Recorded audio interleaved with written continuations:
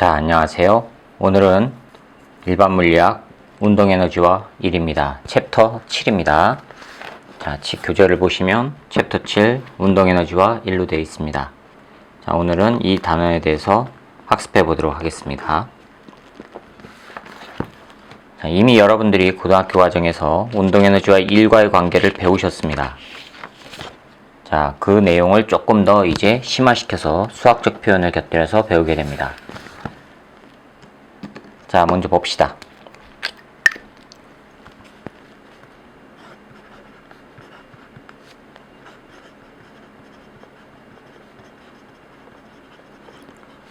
운동에너지와 그 다음에 일입니다.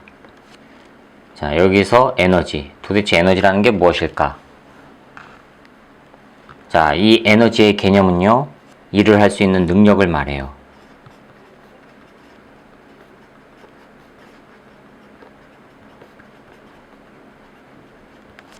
일을 할 수 있는 능력을 가지고 있는 상태를 에너지라고 합니다.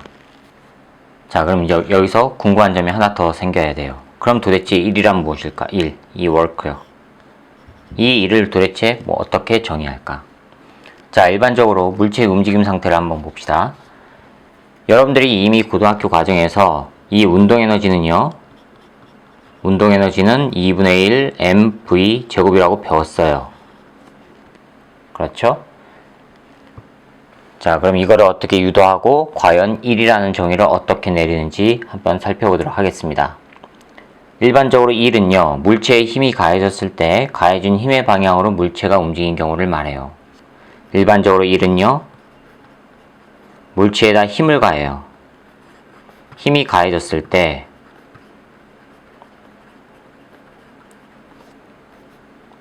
가해진 힘의 방향으로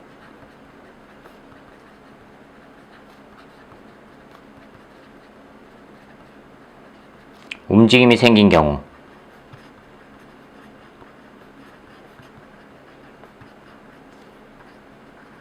이 경우를 일반적으로 1이라고 합니다. 일반적으로 1이라고 합니다. 그런데 이 1에는 조금 있다가 벡터적으로 표현을 하게 될 경우에 이 1이 세 가지로 표현될 수 있다는 걸 배우게 됩니다. 자, 그럼 이제 봅시다.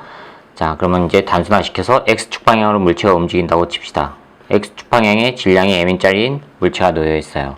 여기에 수평 방향으로 F만큼의 힘이 작용하고 있다고 칩시다. X축 방향입니다. 그러면 힘이 작용하면요, 이 물체는요, 뉴턴 제2법칙에 의해서 질량 m, 가속도, X축 방향의 가속도가 생기게 되지요. 그렇죠? 일정한 힘, 만약에 이 힘이 일정하다면요, 가속도도 일정해야 되죠. 질량은 어차피 변하지 않으니까요. 가속도가 일정해요. 가속도가 일정하면 무슨 운동합니까? 등가속도 직선 운동입니다. X축 방향으로 움직였으니까 직선적으로 움직이죠. 등가속도 직선 운동이에요. 그럼 이게 힘이 F만큼 가해져서 거리가 D만큼 움직였다고 칩시다. 거리 D. 그럼 등가속도 직선 운동 세 번째 식을 적용시키면 나중 속도의 제곱 빼기 처음 속도의 제곱은 2배의 가속도, X축 방향의 가속도, 그 다음에 거리 D. 이렇게 해주면 되지요. 그렇죠? 자, 그럼 여기에서 A가 어떻게 나오죠? 가속도는요, 2D분의 나중 속도의 제곱 빼기 처음 속도의 제곱 나와요. 이 값을 여기다가 대입을 해볼게요. 그러면은 X는요, 질량 곱하기 2D분의 V제곱 빼기 V0의 제곱이에요. 양변에다가 곱하기 D를 해볼게요. 그러면 이 식이 어떻게 나와요? Fx 곱하기 D는, 요거 곱하기 D는 2분의 1 m V의 제곱 빼기 2분의 1 m V0의 제곱이에요. 그렇죠? 우리는 익히 2분의 1 mv 제곱 이거를 운동에너지다 라고 배웠습니다. 카이네틱 에너지다. 그럼 이걸 뭐냐? 힘 곱하기 거리, 이거를 1이라고 합니다. 질량을 가지고 있는 물체의 힘 F를 작용시켰을 때 거리가 D만큼 변했다면, 거리 변화가 생겼다면 힘 곱하기 거리, 그 값을 1이라고 해요. 그래서 일반적으로 W는 힘에다가 거리를 곱한 값이에요. 됐죠? 그럼 여기서는 1차원 x축이니까 여기다가 x를 해주면 되죠.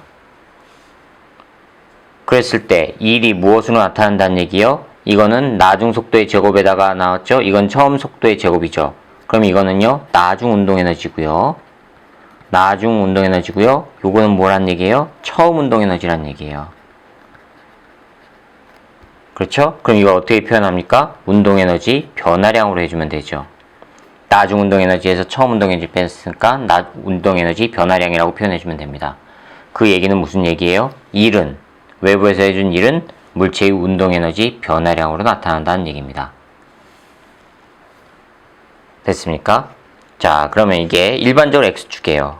x축에서 축 방향의 수평으로 x축 방향의 수평으로 힘이 작용했을 때 나타나는 현상입니다. 자, 그럼 이번에는요, 일반적인 각도로 힘이 작용할 때예요. 물체의 힘을 가하는데 항상 수평 방향으로만 작용하는 건 아니지요. 자, 물체가 이렇게 있습니다. 질량이 m인 물체가 있어요. 여기에 수평 방향으로만 힘이 작용하는 게 아니라 일정한 각도를 가지면서 힘이 작용할 수도 있단 말이에요. 이렇게 수평 방향과 세타의 각도를 이루면서. 여러분들 교재에는 파이라고 해놨네요. 그럼 저도 파이라고 할게요. 자, 이렇게 생겨요. 그랬더니 물체가 x축 방향을 따라서 이만큼 d만큼 움직였다고 칩시다. 이렇게 잡아당겼는데 물체는 이렇게 움직였다고 쳐보세요. 그러면 물체가 움직인 방향으로 작용한 힘이 바로 1과 관련된 거란 말이에요. 그럼 이 F 성분 중에서 X축 방향에 해당하는 이 성분이 바로 1과 관련된 힘의 성분입니다. 그러면 이 성분은요, 요거는 F X축 방향인데 이건 얼마 나와요? F 코사인 파이 나오죠. 그렇죠? F 코사인 파이 값이 X축 방향 성분이에요. 그럼 따라서 1은 뭐라고 했어요? 이거였죠. 움직인 방향으로 작용한 힘 곱하기 움직인 거리. 그렇죠?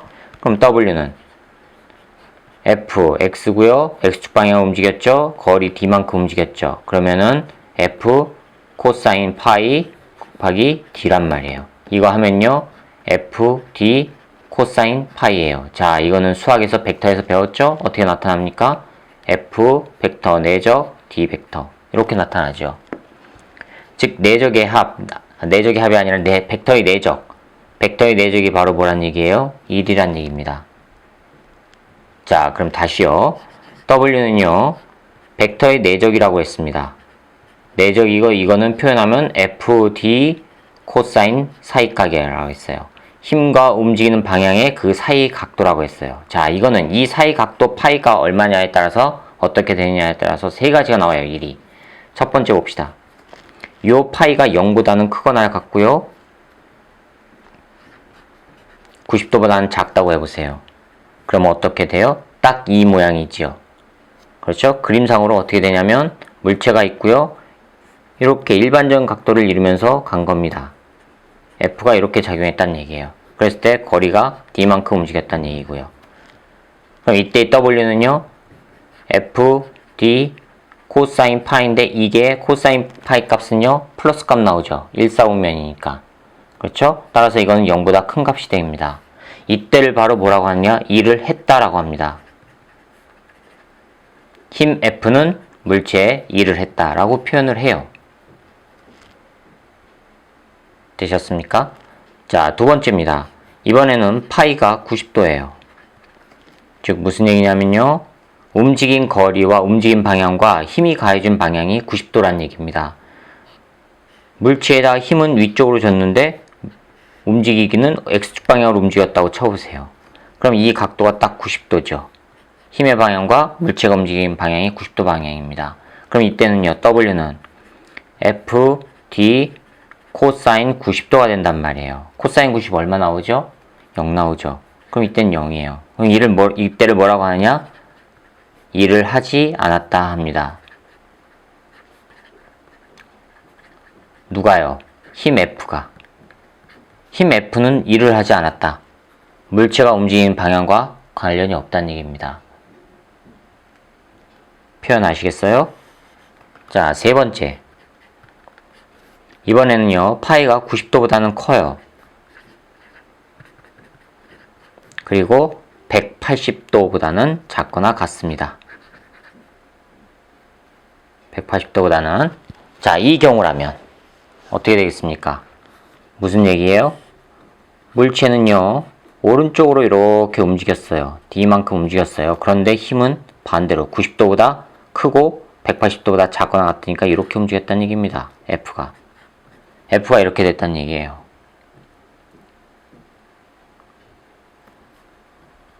됐죠? 요 사이 각도에서 F가 있을 경우입니다. 즉 전체 각을 따지면은 요 각이 되는 거죠. 요 각. 구분이 가시죠? 자, 그럼 이때는요. W는 F, D, 코사인 파인데 코사인 파이가 90에서 180도면 2, 4분면이죠. 그때의 코사인 값은요. 플러스예요? 마이너스예요? 마이너스 값 나옵니다. 따라서 이거는 0보다 작은 값 나와요.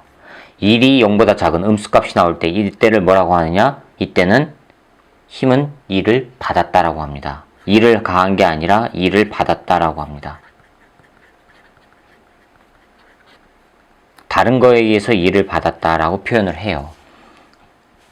자, 이렇게 1은 벡터의 내적으로 표현할 수가 있는데 그 내적은 사이값, 즉 힘과 가해진 힘과 물체가 움직인 방향의 그 사이값으로 표현이 되니까 이 사이값의 각, 사이각의 값에 따라서 세 가지 형태로 나타날 수가 있습니다. 되셨습니까? 이 세 가지 형태로 나타날 수 있는 게 바로 뭐로 나타나요? 운동에너지 변화량으로 나타난다는 얘기예요. 이거가요. 앞에서 했죠? F5/D이고 그게 운동에너지 변화량이라고. 자, 그럼 반대로 얘기해 봅시다. 운동에너지 변화량이 바로 뭐란 얘기예요? 이게 1이란 얘기죠. 그렇죠? 운동에너지 변화량은 나중 운동에너지에서 처음 운동에너지 뺀 거라 그랬어요. 이거 처음. 여러분들 교재에서는 EK라고 안 하고 이거를 어떻게 했어요? 나중 운동에너지 F, KF, 처음 운동에너지 K 이니셜, 처음이라고 했습니다. 이게 바로 뭐예요? 1이란 얘기예요. 그럼 이거를 오른쪽으로 넘기면요. 나중 운동에너지 값은요. 처음 운동에너지에다가 외부에서 가해준 2를 더해준 값이란 얘기예요. 에너지 보존 법칙입니다.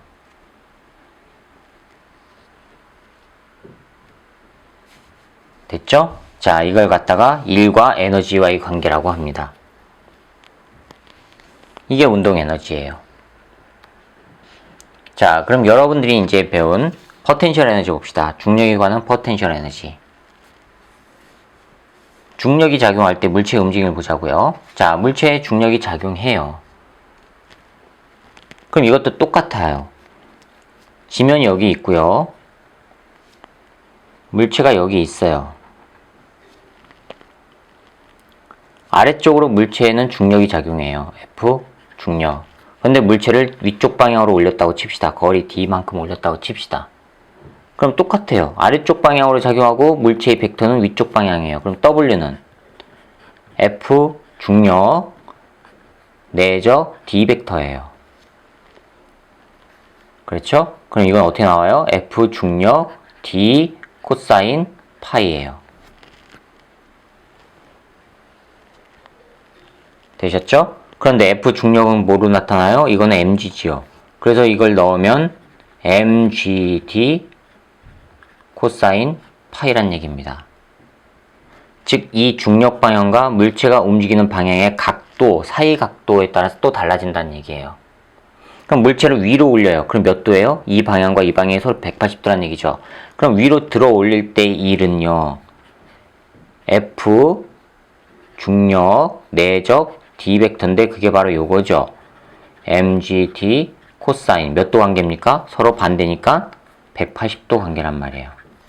180도면 얼마예요? 마이너스 1이죠. 그럼 이건 뭐가 나와요? 마이너스 mgd란 얘기예요. 즉 무슨 얘기냐? 아래쪽으로 힘이 작용하는데 그걸 반대로 올리는 거는요. 2를 마이너스 어떻게 해요? 중력과 반대 방향으로 힘이 가해진 방향과 반대 방향으로 2를 해줘야 된다는 얘기예요. 되셨어요? 자, 그럼 반대로요. 위에서부터 물체가 그냥 떨어진다고 쳐보세요. 이 F, G가 아래쪽으로 생기는데요. 아래쪽 방향으로 거리가 움직였다고 쳐보세요.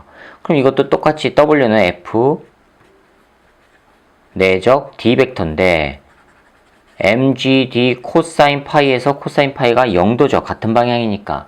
그럼 0도예요. 그럼 이건 뭐가 나와요? mgd가 나와요. 그렇죠? 이 얘기는 무슨 얘기예요? 힘이 가해진 방향으로 물체가 움직였다는 얘기예요. 그때 1은요, 플러스 값이라는 얘기예요. 구분이 가세요? 자, 그럼 봅시다. 이때는요, 위에서부터 내려올 때는 점점점 운동이 빨라지죠. 위로 올라갈 때는 중력 때문에 점점점 느려지죠. 되셨어요? 자, 그러면요. 아까 1은 운동에너지 변화량으로 나타난다고 했습니다.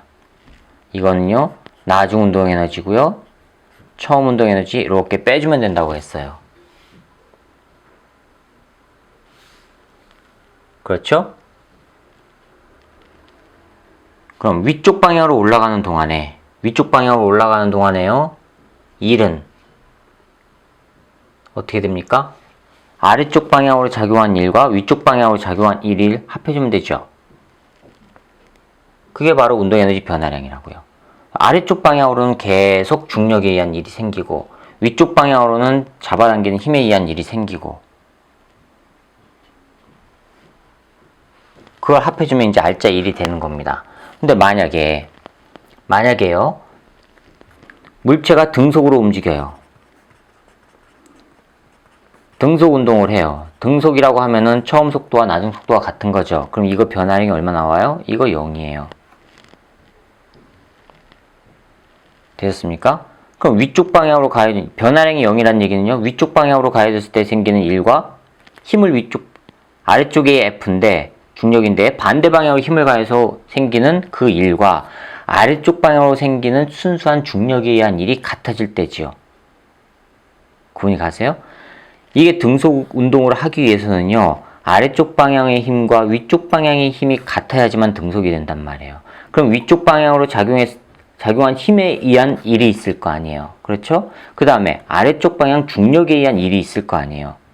위쪽 방향 힘에 의해서 작용한 일, 그걸 WA라고 하고요. 아래쪽 방향 중력에 의해서 작용한 힘을 WG라고 하면 이 두 개가 같아진단 말이에요. 이 경우에. 같아야지만 등속 운동이 되죠. 크기는 같아야 돼요. 그렇죠? 그럼 방향은요. 서로 반대여야 되죠. 위쪽과 아래쪽의 일이 반대여야 되죠. 그래서 앞에 마이너스 하나 붙여주면 돼요. 반대란 얘기입니다. 되셨죠? 이 개념은 아마 좀 헷갈리실 겁니다. 고등학교에서는 이렇게 배우질 않지요. 포텐셜 에너지 그냥 mgH다. 그렇게만 배우시죠. 자, 아무튼 물체가 위쪽으로 들어 올려질 때 아래쪽으로 내려갈 때 그거를 전부 고려하시면 됩니다. 자, 이번에는요. 용수철 탄성력에 의한 위치 에너지예요. 포텐셜 에너지. 용철이 있습니다.